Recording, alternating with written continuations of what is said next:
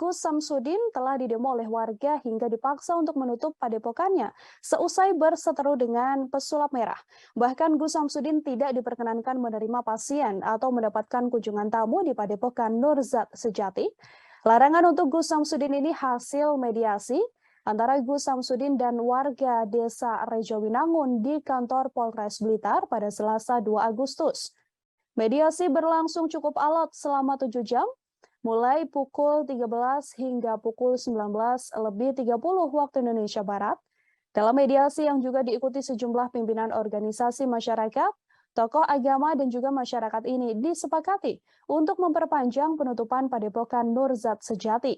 Selama penutupan sementara, Samsudin dibolehkan melakukan pengobatan, namun hanya bisa dilakukan di luar padepokan. Samsudin sendiri sedianya sudah mengantongi izin praktik pengobatan tradisionalnya. Keberadaan izin itu juga telah dikonfirmasi oleh Dinas Kesehatan. Sementara itu, Gus Samsudin mengatakan padepokan tersebut telah menjadi korban pembentukan opini di media sosial. Samsudin dan juga padepokan Nurzat Sejati memang dikenal aktif mengunggah konten video di YouTube. Ia pun mengeluhkan perseteruannya dengan pesulap merah alias Marcel Radival yang berujung pada penutupan padepokan merupakan imbas dari media sosial. Pada mediasi kemarin itu juga sebuah penutupan, tetapi lockdown atau diam dulu. Kalau suasana dan kondisi saya sama sekali tidak dinyatakan ditutup, tapi untuk tenang dulu. Agar supaya apa?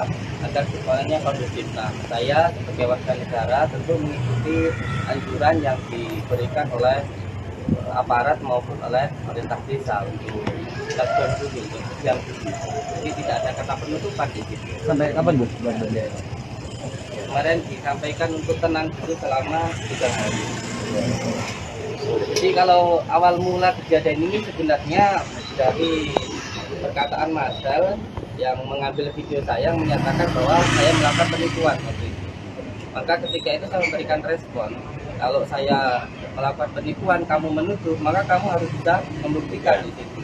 Nah, dari situlah terjadi konflik ini. Beliau datang tetapi tidak bisa membuktikan apa yang beliau tuduhkan, dan pada akhirnya terjadilah opini yang luar biasa seperti ini yang menyatakan bahwa saya melakukan penipuan, padahal tidak ada satu orang pun, bahkan saya bisa menghadirkan orang yang ada di dalam video yang diambil oleh Marcel tersebut.